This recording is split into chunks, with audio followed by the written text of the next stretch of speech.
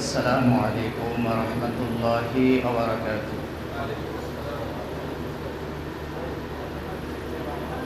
إن الحمد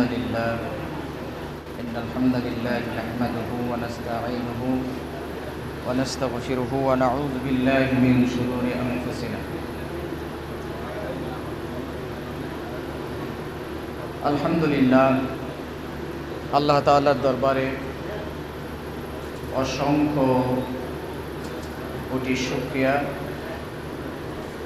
যে রব্বুল আলামিন আমাদেরকে সুন্দর একটি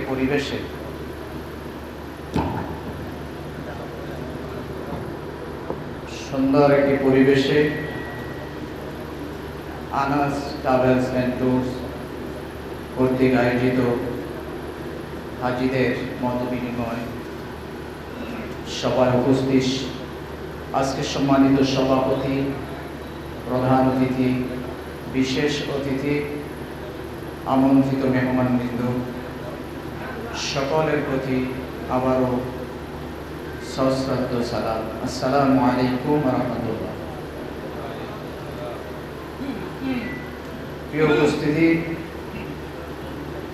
হজ একটি আর্থিক ইবাদত।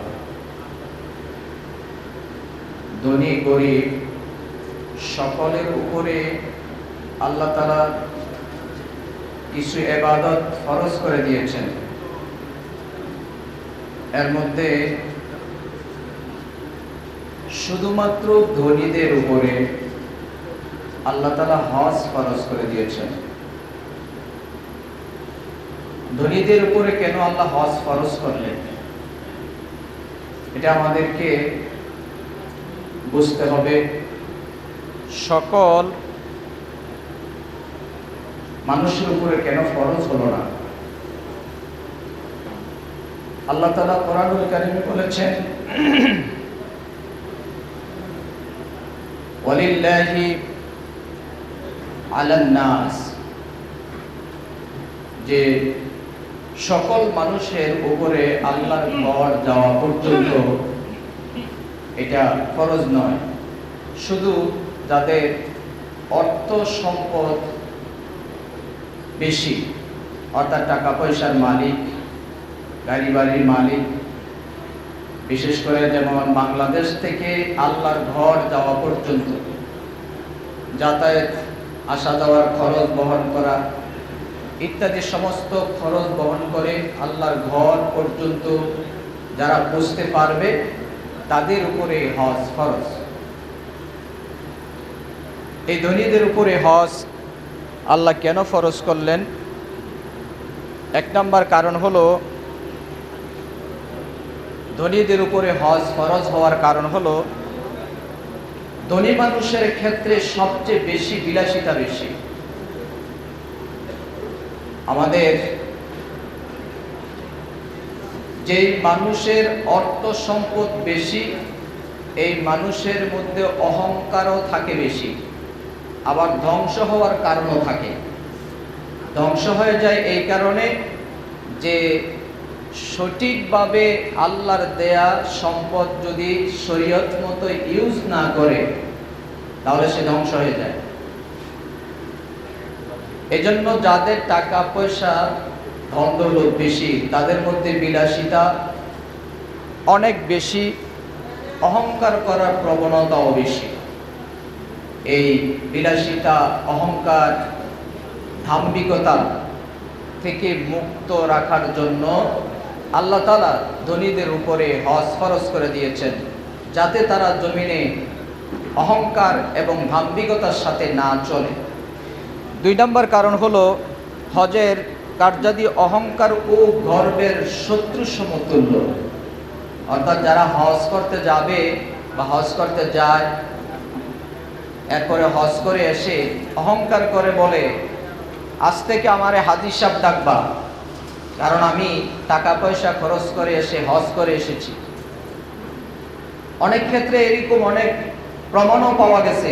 হাজী সাহেব বলে কেন ডাকা হলো না, যিনি ডাকলেন না তাকে তুচ্ছ তাচ্ছিল্য করে অপমান করা হয়। আবার বলে যে আমাকে আলহাজ বলতে হবে। তো এই যে অহংকার এবং দাম্ভিকতা এটাকে একেবারে নিচু করে দেওয়ার জন্য আল্লাহ তাআলা ধনীদের উপরে হজ ফরজ করে দিয়েছে। 3 নম্বর হলো নিঃসন্দেহে এক দেশের কল্যাণসমূহ অন্য দেশে পৌঁছানো সহজ হয়ে যায়। যেমন ধরুন আমাদের এই বাংলাদেশের অর্থনীতি, সমাজনীতি, রাজনীতি, পরিবার নীতি আরেকটা দেশের মানুষ সে সম্পর্কে জানে না। হজ করার বিধায় বিভিন্ন দেশের বিভিন্ন প্রান্ত থেকে, অঞ্চল থেকে মানুষ এসে যখন একত্রে দাঁড়ায় তখন একে অপরের সাথে পরিচয় হয়। আমি বাংলাদেশি, একজন ইয়েমেনি, আরেকজন সুদানি, আরেকজন ফিলিস্তিনি, মিশরি। তোমার দেশের রাজনৈতিক অবস্থা কি, তোমার দেশের অর্থনৈতিক অবস্থা কি, তোমার দেশের সামাজিক অবস্থা কি, এই বিভিন্ন বিষয় নিয়ে যখন আলোচনা করা হয় তখন আমার দেশের হাজী সাহেবরা এসে বলে অমুক অমুক দেশের অর্থনীতি, রাজনৈতিক অবস্থা এই, আমার দেশের এই, সেটা বিস্তারিত জানার জন্য এক দেশের কল্যাণ আরেক দেশে পৌঁছানোর জন্য সহজ একটা মাধ্যম হচ্ছে হজ। তাহলে হজ যারা করতে গেল, আল্লাহর ঘর যারা তাওয়াফ করে এবং আল্লাহর ঘরের আশেপাশে যারা সব সময় ঘোরাফেরা করে, আল্লাহ তাআলা তাদের উপরে প্রতিদিন 120টা রহমত নাজিল করে। সুবহানাল্লাহ। এই 120টা রহমতের মধ্যে শুধু 60টা রহমত তাদের উপর আল্লাহ নাজিল করেন যারা আল্লাহর ঘরকে সামনে রেখে প্রতিদিন আল্লাহকে সেজদা দেয়। সুবহানাল্লাহ। তারপরে যারা তাওয়াফ করে, হাজী সাহেবদের যারা আল্লাহর ঘরকে প্রদক্ষিণ করে আর বলতে থাকে লাব্বাইক আল্লাহুম্মা লাব্বাইক লা শারিকা লাকা লাব্বাইক ইন্নাল হামদা ওয়ান নি'মাতা লাকা ওয়াল মুলক লা শারিকা লাক। ইয়া আল্লাহ, আমি আপনার ঘরের সামনে হাজির বলে লাব্বাইক বলে যারা প্রদক্ষিণ করে তাওয়াফ করে তাদের উপরে 20টা রহমত নাজিল হয়। সুবহানাল্লাহ।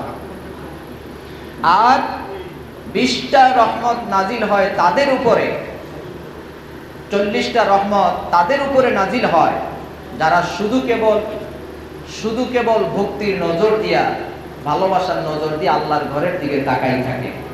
সুবহানাল্লাহ। তাহলে নিঃসন্দেহে যারা হজ করতে যাবে তারা আল্লাহর রহমত প্রাপ্ত বান্দা, আল্লাহর পক্ষ থেকে আল্লাহর ঘরে হজ করার জন্য মনোনীত বান্দা। তারা আল্লাহর ঘরের কাছে যাবে, আল্লাহকে স্মরণ করবে, সেজদা দিবে, আল্লাহর পক্ষ থেকে তাদের ক্ষমা এবং মাগফিরাত নিয়ে তারা বাড়িতে ফিরবে। যারা হজে যাবেন নিয়ত করেছেন, আমরা দোয়া করছি আল্লাহ যেন সবাইকে সুষ্ঠু সুন্দর পরিবেশনার মধ্য দিয়ে সুস্থ অবস্থায় হজের সকল কার্যক্রম যেন তারা শেষ করে আসতে পারে।